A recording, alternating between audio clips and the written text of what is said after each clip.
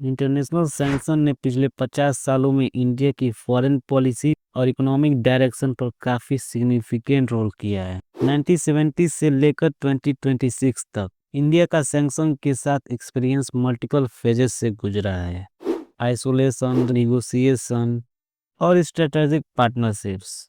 इसकी शुरुआत 18 मई 1974 से हुआ। राजस्थान के पोखरण में इंडिया ने अपना पहला न्यूक्लियर टेस्ट कंडक्ट किया, जिसका कोड नेम था स्माइलिंग बुद्धा। गवर्नमेंट ने इसे पीसफुल न्यूक्लियर एक्सप्लोजन बताया, लेकिन कई वेस्टर्न कंट्रीज ने इसे न्यूक्लियर वेपन कैपेबिलिटी की डायरेक्शन में स्टेप माना। इंडिया ने nuclear non proliferation treaty sign नहीं किया था, क्योंकि इंडिया का स्टैंड था कि ट्रीटी अनइक्वल ओबलाइजेशन क्रिएट करती है। इस टेस्ट के बाद कनाडा ने न्यूक्लियर कॉर्पोरेशन सस्पेंड कर दिया और साइरस रिएक्टर, जो पीसफुल यूज के लिए सप्लाई हुआ था, वो डिस्प्यूट का सेंटर बन गया।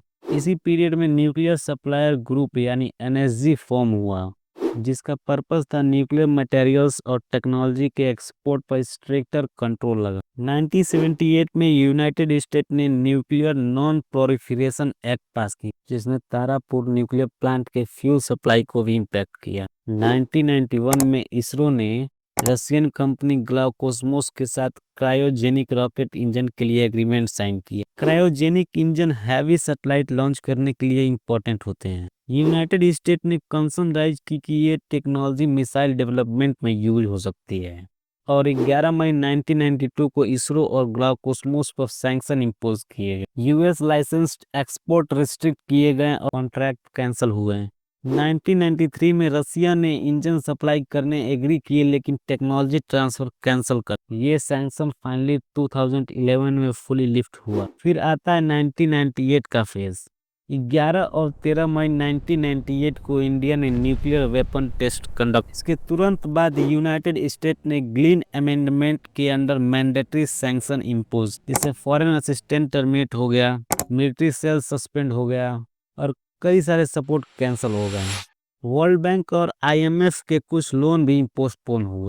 11 सितंबर 2001 के बाद ग्लोबल पॉलिटिकल प्रायोरिटी चेंज हुई। 22 सितंबर 2001 को यूएस प्रेसिडेंट ने 1998 वाले सैंक्शन वेव कर दिए। इसके बाद इंडिया यूएस रिलेशन में न्यू फेज स्टार्ट हुआ। 2005 में न्यू डिफेंस फ्रेमवर्क साइन हुए और 2008 में सिविल न्यूक्लियर एग्रीमेंट फाइनल हुआ। 2008 में एनएसजी ने इंडिया को स्पेशल वेबर दिया, जिससे इंडिया ग्लोबल न्यूक्लियर कॉमर्स में पार्टिसिपेट कर सकता है बिना एनपीटी साइन किए। 2017 में एक नया डायमेंशन ऐड हुआ, CAATSA, countering America's advisories through sanction act. इस लॉ के अंडर जो countries Russian defence sector significant transaction करती है, उन पर सैंक्शन लग सकता है। 2018 में इंडिया ने रसिया के साथ $5 बिलियन का S-400 air defence system deal sign. Turkey को सिमिलर डील पर सैंक्शन फेस करने पड़े, लेकिन इंडिया को वेवर फ्लेक्सिबिलिटी मिली। लेकिन कैट्सा फ्रेमवर्क अब भी एग्जिस्ट करता है। 2025 और 2026 में यूएस ऑफिशियल्स ने सिग्नल दिया कि अगर India Russian Su-57 fighter jet programme में को प्रोडक्ट, तो सैंक्शन रिस्क कंसीडर किए जा सकते हैं। अगस्त 2025 से फरवरी 2026 के बीच इंडिया के टोटल ऑयल इंपोर्ट का लगभग 36 रशियन क्रूड था।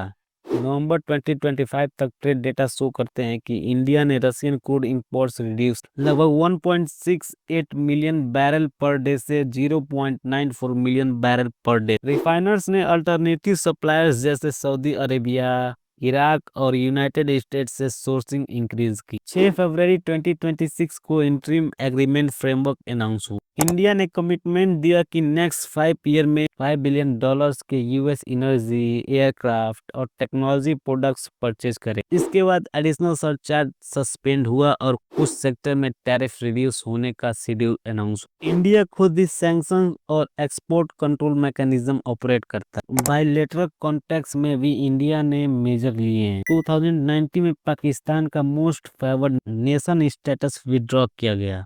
चाइना के कॉन्टेक्स्ट में मल्टीपल मोबाइल एप्लीकेशन रिस्ट्रिक्ट किए गए। फरवरी 2025 में इंडिया यूएस टेक्नोलॉजी पार्टनरशिप एक नए फ्रेमवर्क में शिफ्ट, जिसे ट्रस्ट कहा गया। इसमें सेमीकंडक्टर्स, एआई इंफ्रास्ट्रक्चर और क्रिटिकल मिनरल कॉर्पोरेशन इंक्लूड हैं। 1974 से लेकर 2026 इंडिया का सैंक्शन एक्सपीरियंस मल्टीपल स्टेजेस से गुजरा है, जैसे nuclear isolation, technology restriction, financial limitation और ट्रेड एडजस्टमेंट। ये पूरा evolution international law, global politics और टेक्नोलॉजी पार्टनरशिप के इंटरसेक्शन पर डेवलप हुआ है, और ये प्रोसेस आज भी ग्लोबल पॉलिसी फ्रेमवर्क का पार्ट बना हुआ है।